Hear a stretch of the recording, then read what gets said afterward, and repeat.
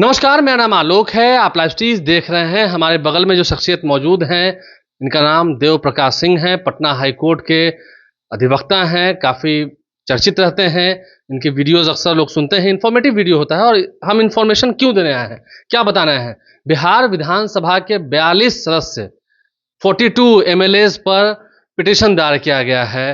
क्यों? क्योंकि जो हाल ही में निर्वाचन हुआ है, चुनाव हुए हैं, संपन्न कराए गए हैं, उसमें उन्होंने जो हल्फनामा दायर किया अपने, जब वो नामांकन पर्चा अपना दाखिल करते हैं, नॉमिनेशंस भरते हैं, उसके साथ एफिडेविट जमा करते हैं, हल्फनामे में गलत जानकारी दी गई है, जानकारी छुपाई गई है। एक दो नहीं, 42 एमएलएज पर मुकदमा दर्ज हुआ है। ये बड़ी बात है। कितना समय लगेगा, आगे क्या कार्रवाई हो सकती है कोर्ट में, और कौन कौन सी चीज़ों पर ज़्यादा ध्यान देना होगा। पहले तो बहुत धन्यवाद, आपने समय दिया। धन्यवाद। आपने वो पूरा मामला देखा है, जिस तरह से पटना हाई कोर्ट में अलग अलग तारीख पर, हालांकि जो जस्टिस हैं वो एक ही जज हैं जिनके कोर्ट में अधिकतर मामले गए हैं। देखिए, जिनके एक जस्टिस के यहाँ इसलिए गया कि रोस्टर उनके यहाँ है, इलेक्शन पिटीशन का रोस्टर ही पड़ रहा है जस्टिस एसबीपी सिंह के यहाँ। तो सारा केस उन्हीं के यहाँ जाएगा, किसी और के यहाँ नहीं जाएगा। इस सिंपल हाईकोर्ट का सिस्टम है कि जो ग्रुप किसी जस्टिस विशेष के यहाँ जा रहा है उन्हीं के यहाँ जाता है। कल चेंज करेगा तो कहीं और चला जाएगा। जिस तरह से मामला निकल के आया 42 एमएलए, अब ये मामला देखिए, हम केवल लॉ पर बताएंगे, किस पर गया नहीं गया उससे हमको नहीं पता। तो ये मामला इलेक्शन पिटीशन में यह लिखा गया है कि जो एफिडेविट दिया गया, इसको हलफनामा आप बता रहे थे, एफिडेविट में रॉन्ग इन्फॉर्मेशन दिया गया। अब आपको हम बता दें कि रिप्रेजेंटेशन ऑफ पीपुल्स एक्ट 1951 में के सेक्शन 33 में लिखा हुआ है कि एक एफिडेविट देना है जिसमें यह बताना है कि आपके ऊपर कोई क्रिमिनल एंटीसीडेंट तो नहीं, कोई आपराधिक इतिहास तो नहीं है, किसी केस में आपका कन्विक्शन तो नहीं हुआ है, कभी आप डिस्क्वालीफाई तो नहीं हुए हैं, कभी आप दीवार 6 साल के लिए तो नहीं हुए हैं, और आपको यह बताना है कि आपका जो एसेट्स एंड लायबिलिटी, जो धन संपत्ति का ब्यौरा देना है, वो ब्यौरा उस पर देना है। और तीसरा उसमें देना है जो एजुकेशनल क्वालिफिकेशन है। आजकल एजुकेशनल क्वालिफिकेशन बहुत बड़ा चीज सब आते चला जा रहा है, कभी कुछ कभी कुछ। ये 3 मुख्य चीज है, ये कंपलसरी देना ही है। हाँ, शैक्षणिक योग्यता। देखिए, यह नहीं है कि आप पढ़े लिखे नहीं हैं। भारत के संविधान ने अंगूठा छाप को भी मेंबर बनने का अधिकार दिया है, क्योंकि मानता है कि साक्षर होने से और डिग्री होने से किसी आदमी के अयोग्य नहीं डिसाइड किया जाएगा। तो कुछ लोग बढ़ाने के लिए दिखाते हैं कि हम पीएचडी हैं और हम डॉक्टरेट हैं और क्या क्या बना के देते हैं। पता नहीं है तो नहीं देना चाहिए, जो ओरिजिनल हो वही देना चाहिए। कहीं नहीं लिखा हुआ कि आप पढ़े लिखे आदमी होना चाहिए, लिखा हुआ है कि आप भारत के नागरिक हों, 21 साल आपका उम्र हो, या जिनका कहीं कहीं 25 साल उम्र है, इतना उम्र हो, पागल या दिवालिया ना हो, किसी केस में कन्विक्टेड ना हो, इतना ही लिखा हुआ है। कहीं नहीं लिखा हुआ कि आप इतने पढ़े लिखे आदमी हो। सारे जॉब में लिखा हुआ, वहां कोई नहीं लिखा हुआ है। विधायी संस्था है, तो ऐसा जो संविधान बनाने वालों ने सोचा था कि हम किसी व्यक्ति विशेष को, जो कि लोग विधायी संस्था में आएंगे, उनकी उसमें शिक्षा का स्तर बहुत नहीं के बराबर था भारत में, इसलिए बनाया गया था। तो अब जो मामला सेक्शन 33 में एफिडेविट का प्रावधान है, वो देना है।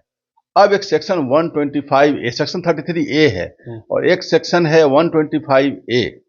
वो कहता है कि अगर आप गलत देते हैं हलफनामा, एफिडेविट, तो आपको 6 महीना की सजा और आपको फाइन भी हो सकता है या दोनों हो सकता है। मतलब फाइन, अब केवल फाइन होने से मामला नहीं बनेगा, क्योंकि राइट टू इन्फॉर्मेशन में आता है, जब भी कोई आदमी हलफनामा देते हैं तो जो रिटर्निंग ऑफिसर उनको बोर्ड पर लगाना पड़ता है, और आजकल बोर्ड का मतलब साइट पर, तो कोई आदमी इन्फॉर्मेशन निकाल सकता है आपके बारे में कि आपका क्या ऐसा ब्यौरा है, आप दिए हैं, वो निकाल सकता है। ये पब्लिक डॉक्यूमेंट है, ये डॉक्यूमेंट छिपाने वाला डॉक्यूमेंट नहीं है। अगर कोई सब्सटेंशियल इन्फॉर्मेशन आपने कंसील कर लिया, छिपा लिया, सब्सटेंशियल पुख्ता सबूत, ऐसे तो पॉलिटिकल में बहुत सारी बात चलते रहती है, किसी के विरुद्ध में जितना जीतेगा, अभी तो 242 बता रहे थे ना, होगा तो 243 के उसमें दे देगा। ये सब तो चलते रहता है, वो अलग बात है। हमारा केवल कानूनी मुद्दों पर कहना है, अगर सब्सटेंशियल इन्फॉर्मेशन किसी का आपराधिक इतिहास है, किसी का कन्विक्शन है, कोई डिस्क्वालीफाई हुआ है, या कोई कम पढ़ा लिखा ज्यादा पढ़ा लिखा कर दे दिया है, या संपत्ति का ब्यौरा छिपाया है, ऐसा इन्फॉर्मेशन अगर सब्सटेंशियल है, पुख्ता सबूत के साथ कोई अगर पिटीशन देते हैं, तो हाई कोर्ट को उसी आरपी एक्ट, जिसको कहते हैं रिप्रेजेंटेशन ऑफ पीपुल एक्ट 1951 में, के सेक्शन 99 और 100 में उनको सदस्यता उनकी समाप्त हो सकती है। सदस्यता जा सकती है। हाईकोर्ट को प्रचुर पावर है। सदस्यता चली जाएगी। आपने पहला प्रश्न किया था हमसे फोन पर कि क्या सदस्यता भी जा सकती है? सदस्यता बिल्कुल जा सकती है। ये पनिशेबल ऑफेंस आप बता रहे थे। मैंने शुरू में कहा कि जो सेक्शन 125A है उसमें 6 महीना का सजा है और फाइन भी है। अभी देखिए एफिडेविट एक्ट है 1897 का और भारतीय न्याय संहिता के धारा 229 में, लेकिन है वो जुडिशियल प्रोसेस में, वो विधायी हम ये थोड़ा इलस्ट्रेट करना चाहेंगे किन किन मामलों में, जैसे अभी आपने बताया सब कुछ, किन किन मामलों में तो बिल्कुल ही बख्शा नहीं जा सकता है कि इन 3 चीजों में?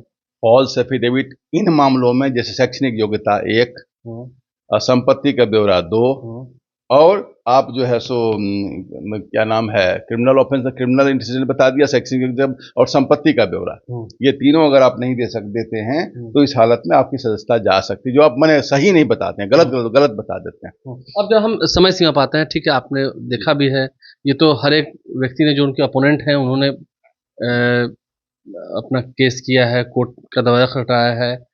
कितना समय लगता है इसको, इस मामले को सुलझाने में? देखिए, हाई कोर्ट जो है सो ट्रायल कोर्ट नहीं है, यहाँ कोई ट्रायल नहीं चलेगा इसके ऊपर। अब उन्होंने नोटिस दिया है तो अपना जवाब देंगे। वो कहेंगे कि नहीं हमने सही इन्फॉर्मेशन दिया है, यही अपना इन्फॉर्मेशन कॉपी लगाएंगे, वो भी लगाए होंगे, इन्फॉर्मेशन कॉपी लगाएंगे, ये हमने दिया और ये हमारा ब्यौरा, हमने कहीं गलत नहीं दिया। अगर यह साबित हो जाता है कि उन्होंने कोई इन्फॉर्मेशन गलत नहीं दिया तो पिटीशन डिसमिस हो जाएगा। अगर ये साबित नहीं होता है और यह साबित हो जाता है कि नहीं उन्होंने इन्फॉर्मेशन दिया है वो गलत है, एवज में जो अगली पार्टी है, जो विपक्षी पार्टी, वो तो और सबूत देगी ना कि हाँ ये इनका संपत्ति है, ये बिल्कुल देगा, इसमें जिरा होगा, बहस होगा, ये इसमें बहुत समय नहीं लगता है इसमें। लेकिन चूंकि कभी कभी हाईकोर्ट क्या करता है, कोई बेंच विशेष चाहता है इसमें अननेसेसरली हम प्रवेश नहीं करें, कुछ करके टाइम देते रहता है, तो कभी कभी तो ऐसा हो जाता है कि 5 साल बीत जाता है, इसमें इलेक्शन पिटीशन में ही चला जाएगा 5 साल, तब तक इन्फ्रुक्चुअस हो जाएगा। लेकिन नियमता ये बहुत लंबा प्रोसेस नहीं है, काउंटर और रिमाइंडर पड़ेगा और आर्गूमेंट हो जाएगा। अब बच गया सबूत।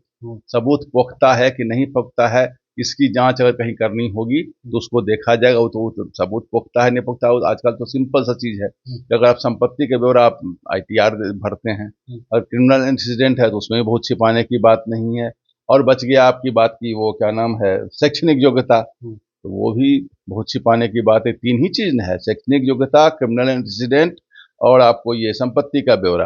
अब साथ में कभी डिस्क्वालीफाई, जैसे 2 साल सजा भी अगर आपको हो गया है तो वहां पर हट गए, और 6 साल से ऊपर सजा अगर है तो 6 साल के दीवार हो जाएंगे आप। किसी कन्विक्शन अगर सजा याफ्ता अगर आप किसी केस में हैं और छिपा लिए हैं, तो इस ढंग की बातें अगर हैं तभी। और ऐसे ऐसे टिटबिट जो इन्फॉर्मेशन झूठ को उसका लोग हवा बना के जो वो हाई कोर्ट और सुप्रीम कोर्ट को एक बनाए हुए फॉरम के लड़ने का, तो उससे कुछ नहीं होता है।